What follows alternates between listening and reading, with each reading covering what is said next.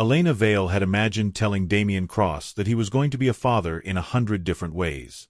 She had pictured his stunned smile, the way he would pull her into his arms, and the promise he would make to protect their little family. Instead, on the night she finally found the courage to tell him, she discovered the secret he had been keeping from her. She arrived at Cross Meridian shortly after 9, carrying a paper bag with Damian's favorite dinner and a small white box hidden inside her handbag. The office tower was nearly empty, its polished corridors silent beneath the cold fluorescent lights. Damian had told her he was working late, and Elena had believed him without question. She stopped outside his office when she heard a woman's laughter. The door stood slightly open. Elena stepped closer. Then she saw them.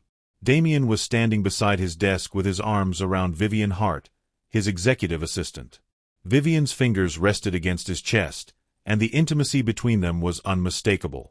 Elena stared through the narrow opening, unable to move. Her husband kissed another woman. The paper bag slipped from Elena's hand. Inside her handbag, the pregnancy test pressed against her ribs like a cruel reminder of the life she had been about to place in his hands. Vivian pulled away first. "How long are you going to keep pretending you love her?" she asked. Elena stopped breathing. Damian said nothing. That silence was her answer. She backed away before either of them could see her. Her heel caught the edge of the carpet, and she stumbled against the wall, pressing one hand over her mouth to silence the sob rising in her throat. The elevator doors opened. Elena stepped inside. Only when they closed did she allow herself to cry. Outside, rain hammered the pavement as she walked blindly through the city. She didn't remember ordering a taxi. She barely remembered reaching home. She only remembered standing in the middle of the bedroom she had shared with Damian, staring at the photographs of their wedding. 7 years. 7 years of believing she was loved. 7 years of defending him when people whispered that his work mattered more than his marriage. Now she understood. She had not been protecting their marriage. She had been protecting a lie. Elena slowly removed her wedding ring. Then she placed one hand over her stomach. "My baby," she whispered. The words steadied her. She could forgive Damian for breaking her heart. She could not forgive him for teaching their unborn child that love meant accepting betrayal. Before dawn, Elena packed one suitcase. She left the wedding photographs. She left the expensive jewelry. She left every gift Damian had ever bought her. But she took the pregnancy test. At the kitchen table, she wrote him a single note. By the time Damian returned from the office, Elena was gone. He found her ring first, then the note. His confidence disappeared as he read the only words she had left behind. "You lost me long before I walked away." Damian immediately called her. The number was disconnected. He called again. Nothing. For the first time in his life, Damian Cross felt powerless. He searched their apartment. Her clothes were gone. Her passport was missing. There was no address, no explanation, and no clue about where she had gone. Then Vivian called. Damian answered with fury. But before she could speak, he noticed something on his desk. A small white pregnancy test. 2 unmistakable lines. His face went pale. "Elena," he whispered. Suddenly, the woman he had taken for granted was gone. And so was the child he never knew he had. Elena did not return home. By sunrise, she was already several hours away, sitting beside a bus window with one suitcase at her feet and Damian's unborn child growing silently beneath her heart. She watched the city disappear behind her and forced herself not to look back. She had no destination beyond Belmere, a quiet coastal town she remembered visiting once as a child.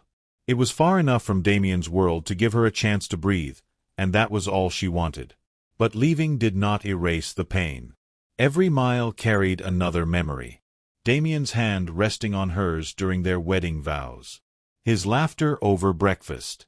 The promises he had made. And then Vivian's voice. "How long are you going to keep pretending you love her?" Elena closed her eyes. She had spent 7 years loving a man who had apparently learned to divide his heart without telling her. By the time the bus reached Belmere, the rain had turned into a cold mist. Elena stepped onto the pavement with little money, no plan, and no one waiting for her.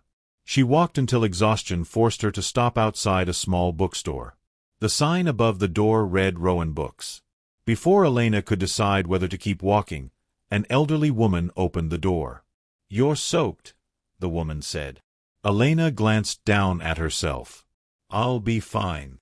The woman studied her pale face, her trembling hands, and the single suitcase beside her. "No," she said gently. "You won't." Elena stiffened. The woman opened the door wider. "Come inside." "I don't need charity." "I didn't offer charity." "Then why are you helping me?" The woman's expression softened. "Because I remember what it feels like when the whole world tells you to be strong while you're quietly falling apart." Her name was Martha Rowan.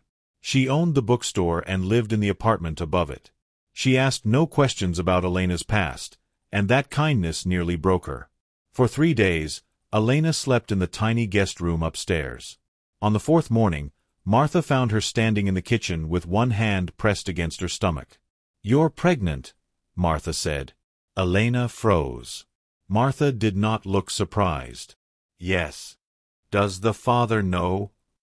Elena's eyes filled with tears. "No."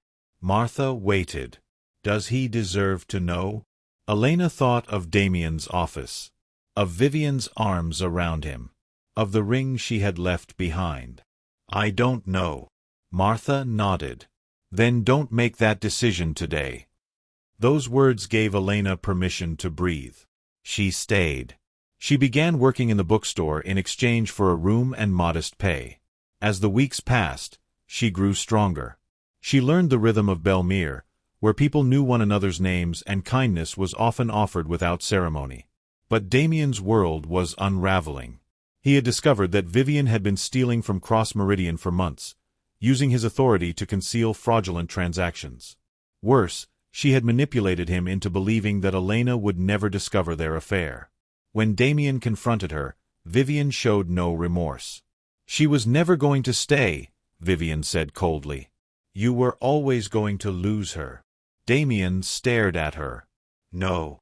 For the first time, he understood the truth. Elena had not abandoned him because she was difficult. She had left because he had betrayed her.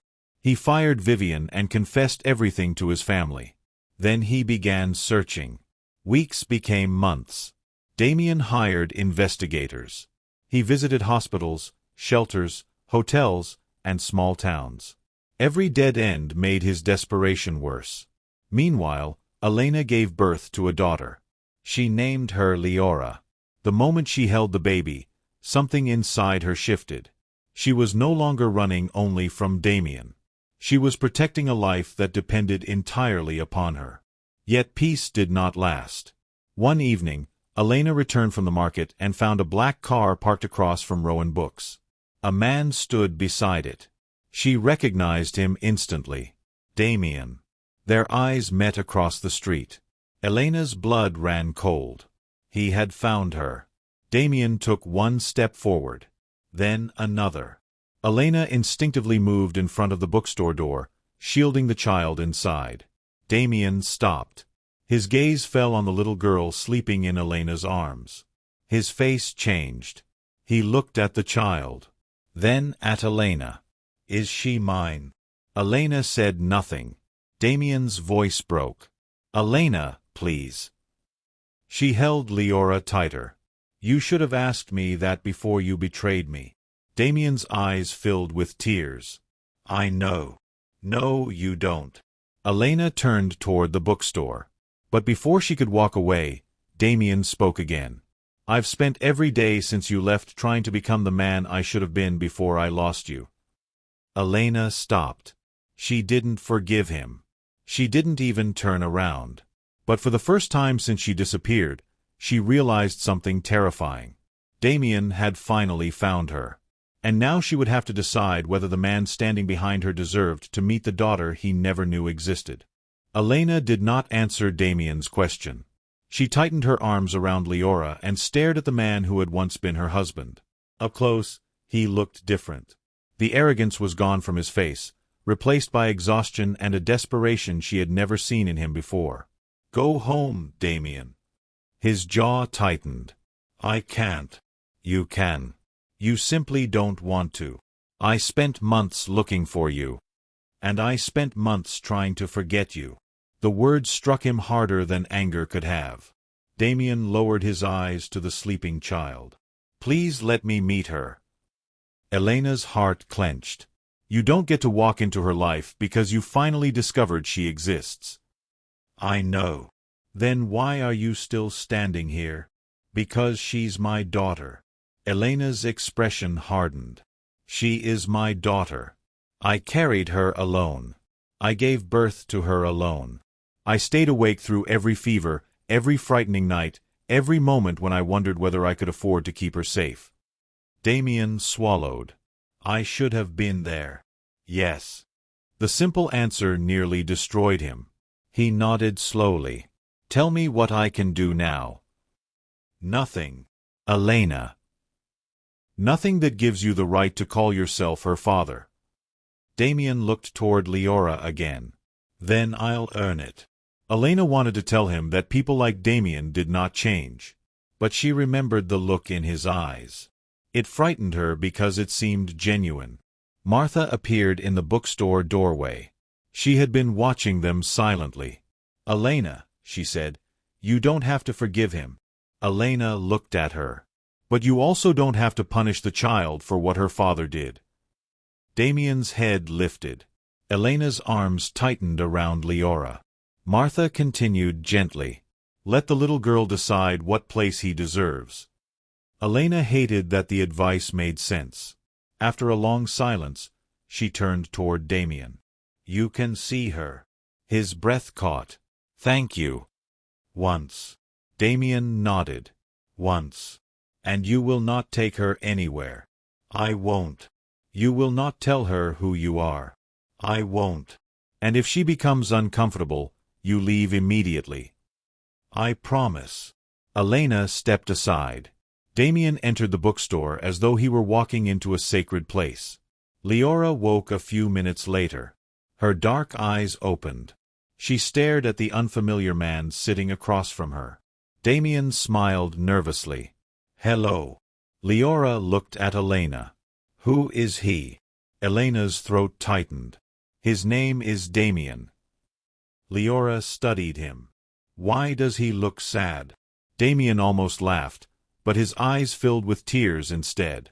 Because I made a lot of mistakes. Leora considered this. Did you say sorry? Damian looked at Elena. Not enough. The little girl nodded seriously. Then you should say it. Elena froze. Damian slowly lowered himself to one knee. He looked directly at Elena. I am sorry. Her breath caught. I am sorry for betraying you. I'm sorry I made you believe you weren't enough.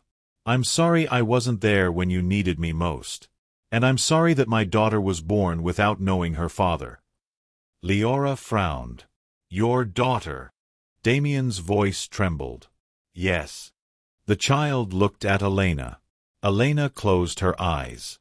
She had tried to protect Leora from the truth, but the truth had finally found its way through the door. Mommy. Elena knelt beside her. What? Is he my daddy? The room became utterly still. Damian looked as though his entire future depended upon her answer. Elena could have lied. She could have protected the fragile peace she had built. Instead, she whispered the truth. Yes. Leora stared at Damian. For several seconds, he could not breathe. Then she walked toward him. Damian instinctively opened his arms but stopped himself, waiting for permission. Leora studied him carefully. Can I hug you? Damian's face crumpled. Yes. She wrapped her arms around his neck. Damian held her as though she were something infinitely precious. Elena turned away, fighting tears. She had imagined this moment countless times. In every version, Damian had been the villain. But now, watching him tremble as he held their daughter, Elena realized the story was no longer as simple as betrayal and revenge. Damian had hurt her. That would never change. But Leora had not asked to inherit their pain. For the first time, Elena wondered whether forgiveness could exist without forgetting. Then Damian whispered something that made her turn. "I will spend the rest of my life earning the right to hear you call me Dad." Leora pulled back. "Okay." A fragile smile appeared on Damian's face. Then Leora pointed toward the bookstore window. "Can you stay for dinner?" Damian looked at Elena. She hesitated. Then she nodded. "One dinner." Damian smiled. But none of them noticed the black sedan parked at the end of the street. Inside it, Vivian Hart watched the bookstore through dark sunglasses. She had not come to apologize. She had come to collect what she believed Damian still owed her. And this time, she knew exactly how to hurt him. She had discovered something even more valuable than money. She knew about Leora. Vivian's presence outside the bookstore changed everything. Elena watched her through the window, one hand gripping Leora's shoulder. Damian noticed the fear in her expression and immediately turned toward the street. "Who is that?" Elena's face went pale. "She is the reason I left you." Damian stepped closer to the window. Vivian smiled. Then she lifted her phone. A message appeared on Damian's screen. "If you want your daughter to remain safe, come alone." His blood ran cold. Elena saw the message. "No." Damian turned. "I'm going to handle this." "You're not going anywhere." "Elena, she knows about Leora." "Exactly. That's why you cannot go." For the first time, they stood on the same side of a threat. Damian immediately called the police, but Vivian disappeared before officers arrived. She left behind only one warning. She knew where Leora went to school, where Elena worked, and how to destroy Damian's reputation. Damian wanted to move them somewhere secure. Elena refused. "I spent years running," she said. "I'm not running again." So Damian stayed. Not as Elena's husband. Not as a wealthy man demanding control. He stayed as Leora's father. The following weeks tested everything they had begun to rebuild. Damian drove Leora to school.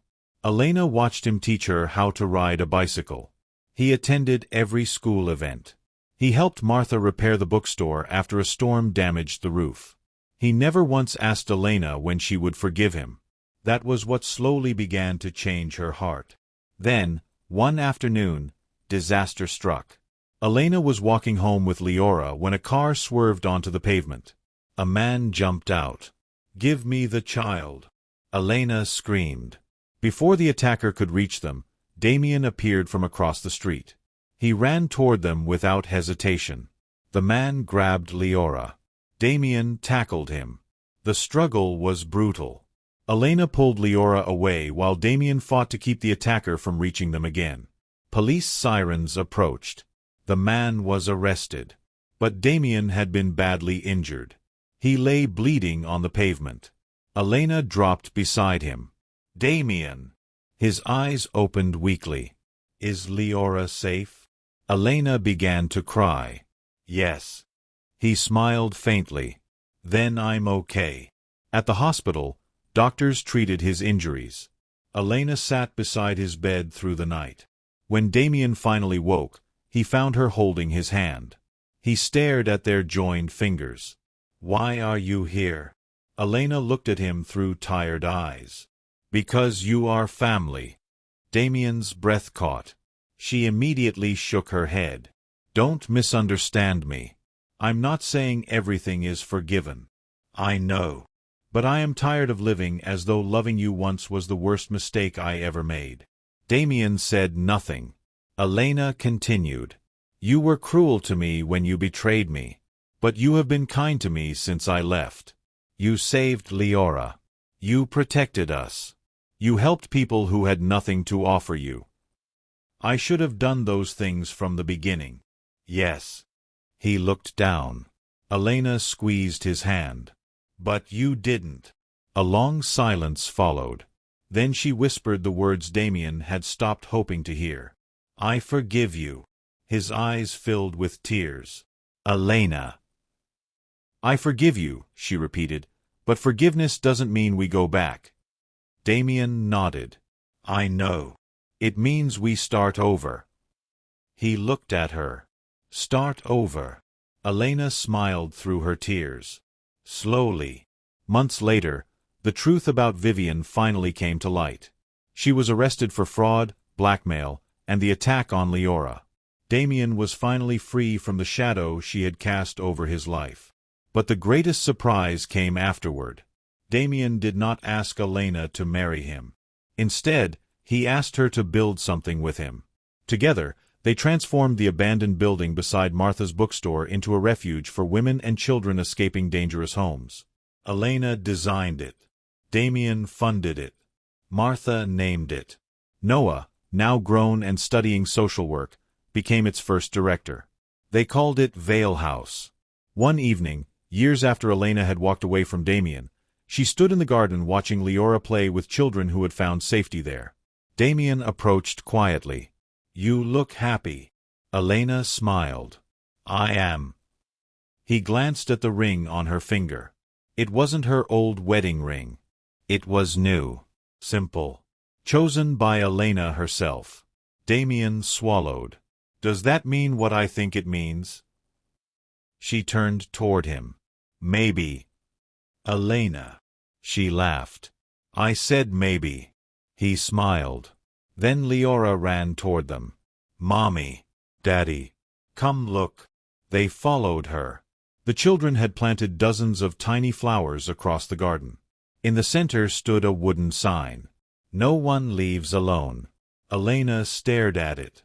She remembered the frightened woman who had arrived in Belmere with one suitcase, a secret pregnancy, and a broken heart. That woman had believed she was escaping her old life. She had never imagined she was running toward a new one. Damian slipped his hand into hers. This time, Elena didn't pull away. "Are you ready?" he asked. She looked at him. "For what?" He smiled. "Whatever comes next." Elena looked at their daughter, their friends, the home they had built, and the hundreds of people whose lives had been changed by their pain. Then she leaned against Damian. "I already have everything I need." Damian kissed her forehead. And when he finally asked her to marry him again, Elena gave him an answer he had never expected. Yes. But she made him wait 1 year. Because this time, she wanted their wedding to be a choice, not a promise made by two people who thought love meant forever no matter what. A year later, Elena walked down the garden aisle with Leora beside her. No grand ballroom. No reporters. No secrets. Only the people who had helped them survive. When Damian saw her, his eyes filled with tears. Elena reached him. "I don't forgive the past because it didn't hurt," she whispered. Damian took her hands. "I know. I forgive it because it brought me here." He kissed her hands.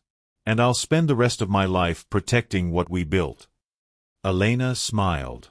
Their story had begun with betrayal. It had passed through cruelty, loneliness, rescue, kindness, and impossible forgiveness. But it ended somewhere neither of them could have imagined. Not with Elena getting the husband she once had. Not with Damian reclaiming the wife he had lost. But with two broken people choosing, freely and unexpectedly, to build a love that was entirely new. Behind them, Leora laughed. Martha cried. Noah applauded. And the doors of Vale House remained open. Because Elena had once walked away carrying a secret child and believing she had lost everything. Now she stood surrounded by a family she had chosen, a daughter who adored her, a man who had finally learned how to love her, and a home where no abandoned woman would ever have to face the darkness alone. The woman who left with nothing had become the woman who gave everyone else a place to belong. And that was the happiest ending of all.